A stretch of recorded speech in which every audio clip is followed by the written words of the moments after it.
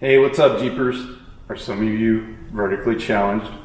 Or maybe you're like me, you're 6'3" and you got a Gladiator that's 6.5 inches of lift and you have trouble getting out of it. Well, today we got a JL back in the shop that's been here before, and we're installing some rock slide engineering steps. The guys are going to walk you through the install, and we'll also show you how easy they function. Let's get to work.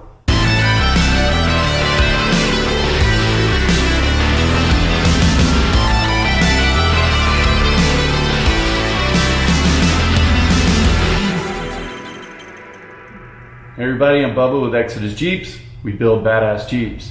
Today we got a customer back in the shop. He's been here before with some Evo coilovers, moto-built skid plate. Well, now he wants some nice step sliders that will not just look good but function properly. So we opted for rock slide engineering. This is a great power step / slider. It installs pretty easily. The guys are going to walk you through that.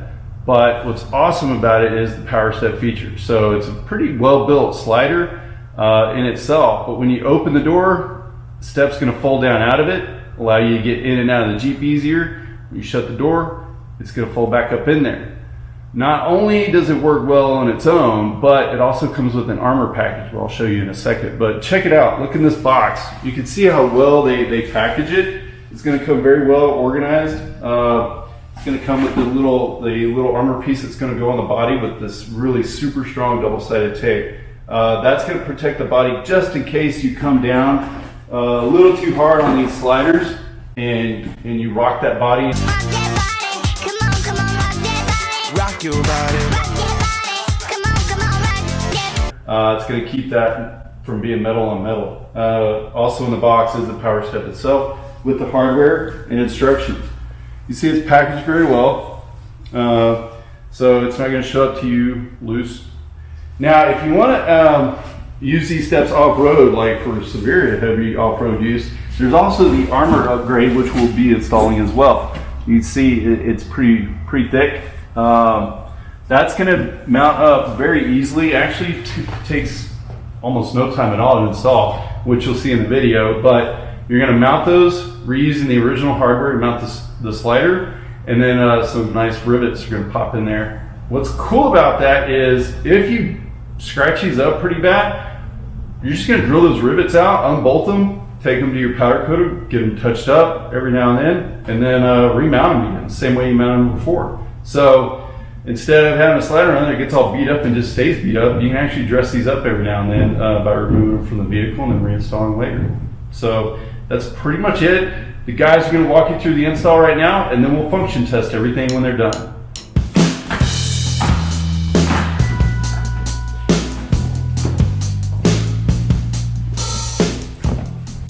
This is going to be the driver's side slider. This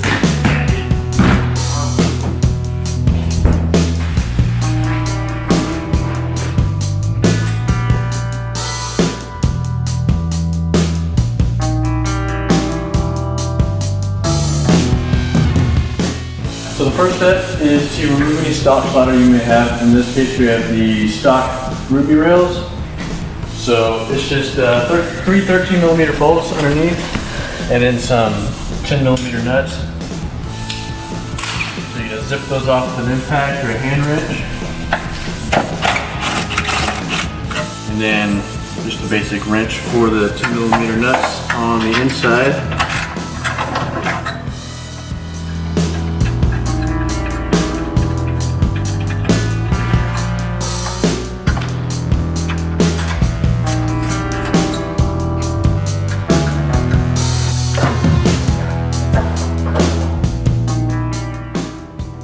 So this is the wiring harness that comes with the kit.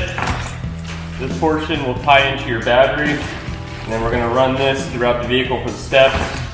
These are the switches to shut your steps off when you are off-roading so they don't extend when you don't want them to, and the frame box to notice when the doors open. So my first step I'm going to do is actually remove the fuse before I hook this up. I don't want power going anywhere I don't want it to yet. This is the negative side of the battery.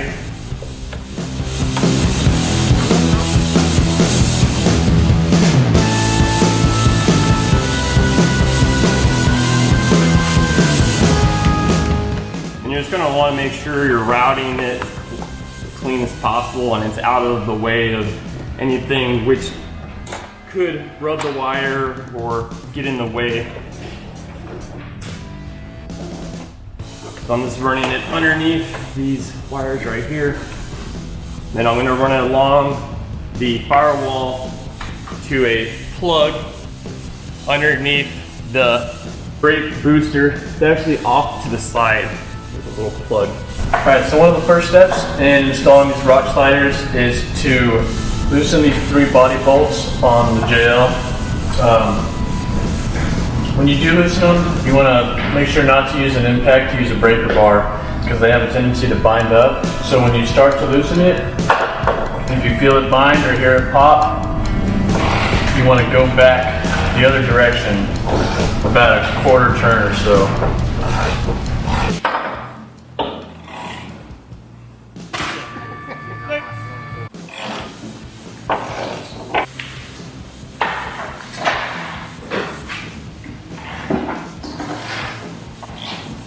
So these 3 came loose just fine. All right, so the next step is to install these brackets on.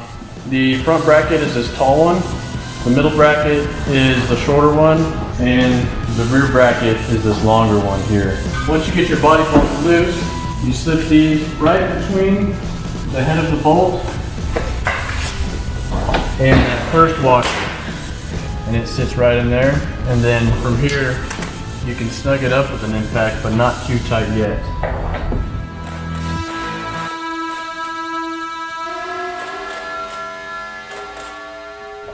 Because you still want to have them a little loose so you can wiggle them around while you're getting the actual bolts up in there.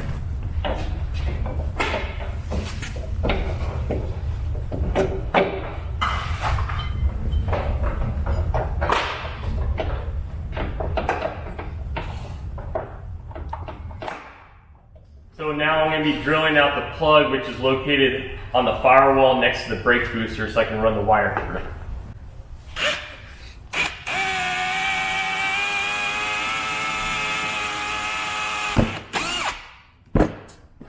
I always start off with a little bit smaller hole than I think I'm going to need, just in case I can't get it through. I don't want to have too large of a hole I cannot fill.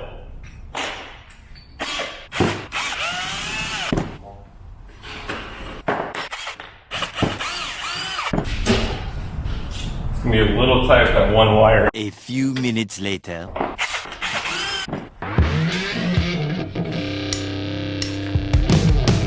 11 minutes later. I just want to put some goggle-sized hole in it. I'll have to.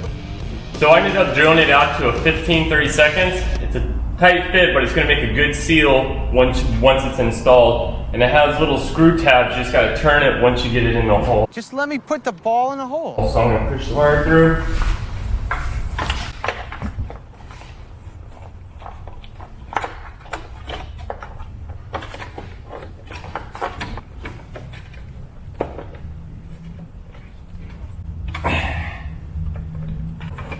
And there it is. It's about time. Hey, it is about time. I mean, I just couldn't get the ball in the hole. I wanted to, but I just couldn't do it. Alright, so when installing this bumper strap here, you want to make sure to clean the mounting surface with Windex and a clean rag. And there's a locating notch right here, and you want to locate that with that pitch seam right there. And it's going to be mounted about a ½ inch below this bend in the body.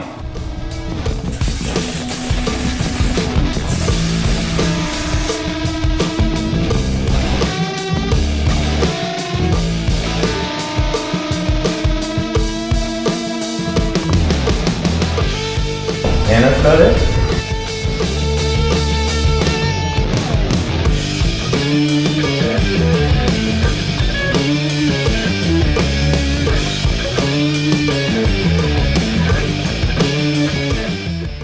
So this is going to wrap up the wiring portion for the engine compartment. I'm going to show you how I ended up routing this to keep it clean.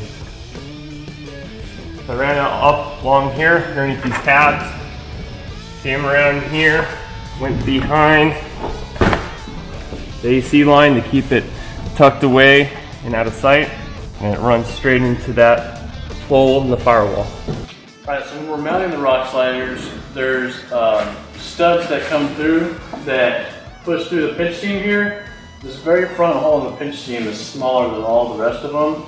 So I usually take a drill bit that's about the same size, maybe a little bit smaller than the rest of them, and drill that out, just so it's easier to get the rock slider through there.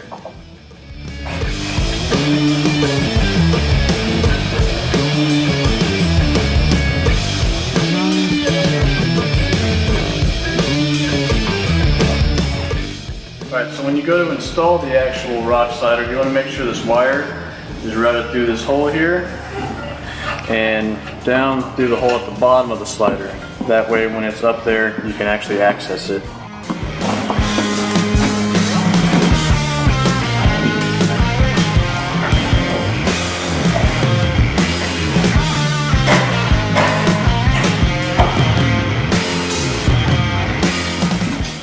We're just bolting up the studs that go to the pinch seam. So the first step before you add on the additional armor is you have to get rid of the Rockslide Engineering badge.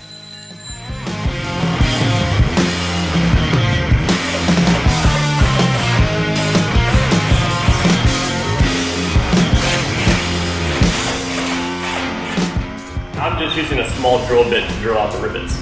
Now I'm going to end up removing the plastic on the inside of this door and on the B-pillar, and also the plastic back here, so I can go ahead and route the wiring for the steps.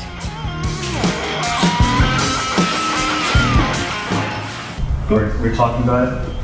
Yeah. Okay. I'm not sure what to say. Now we're going to add on the additional added armor for added protection.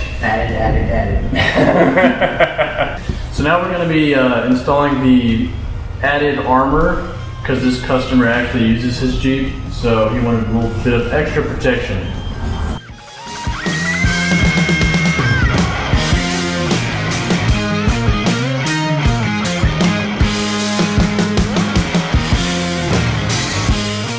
So now we're going to end up having to remove all the paneling on the inside so I can go ahead and route the wiring. So just like that, the paneling's removed.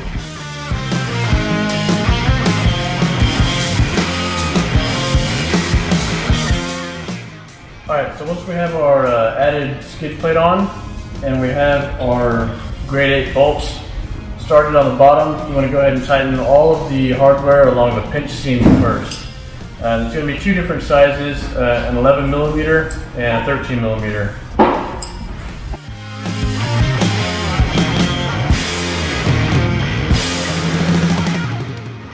Alright, so after you get all the pinch seam bolts tightened, before you tighten the bolts that mount the extra slider, you want to make sure that it's lined up front to rear. So you can tell I've got a little bit of gap, or a little bit of an overhang on the rear here, so I'm going to take a rubber mallet and just tap it forward so it lines up. Just tap it in. Just tap it in. Give it a little tappy. Tap, tap, tap-a-roo. And that's it. So once you have your rock slider even on the front and rear, you want to get an impact with a 1/2-inch socket on it, and go ahead and tighten all the bolts that mount the actual slider to the mounting brackets.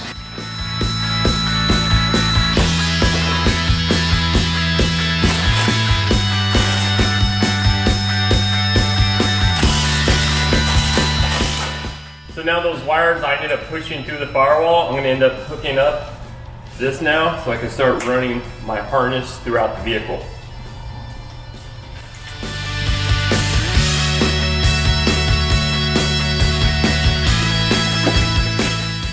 These wires right here are going to go up to a switch, which I'm going to mount somewhere to shut off the rock slider when you don't want it to operate.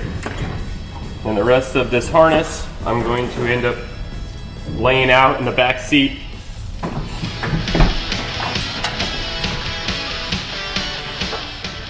So once you have all of your pinch seam bolts tight and your mounting hardware tight on the bottom, the last step is to torque down the body mount bolts with the 18mm socket to 80 foot-pounds.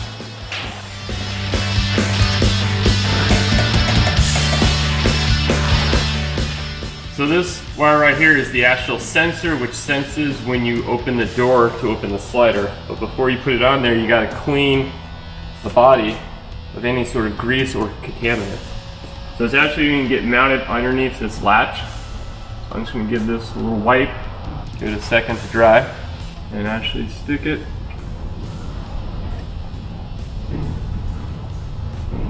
And there's a little bit of a sticky tape right here. We're going to remove.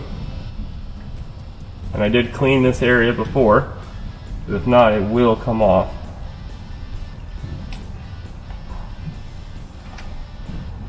And just like that. So these are little magnets which actually trigger the sensor. Get stuck right underneath here. Now I'm going to put it like this, and then when I make sure where I exactly want it to go, I'm going to peel this tape back and it will stick it to it. And when this door closes, it will sense with the magnet to open or close. So the installation of the Rock Slide engineering steps is complete.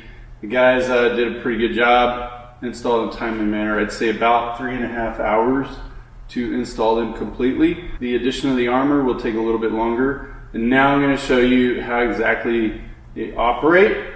You just simply open your door, step comes down, lights come on, looks great, right? Shut the door, lights go off, and the steps come back up. Now, if you're off on the trail and you're riding around, you're doing some off-roading, you don't want your steps coming down when you open the door because you might be in a position in between some rocks. You might get caught up in those rocks.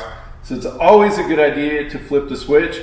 I'm going to show you where that's at in a minute, but Blake's already flipped it. I'm going to open the door real quick and show you how the steps will not open. See? Awesome. All right. And then when you're ready to get done off-roading for the day, flip the switch back on and cycle just to kind of get their zero, and everything's good to go. Now come over here and I'll show you where the switch is at. It's conveniently located right underneath here under the dash. Comes a little bracket so it's nice and neat, tucked away under there. In fact, most of the time you won't even notice it's there. All right, well that's it. If you're interested in a set of Rock Slide engineering steps, hit us up. We'll sell you a set. Come by the shop, we'll put them in. If you don't want to miss any of Bubba's builds, adventures, or tips, click here to subscribe and click here to watch another video. Stay tuned.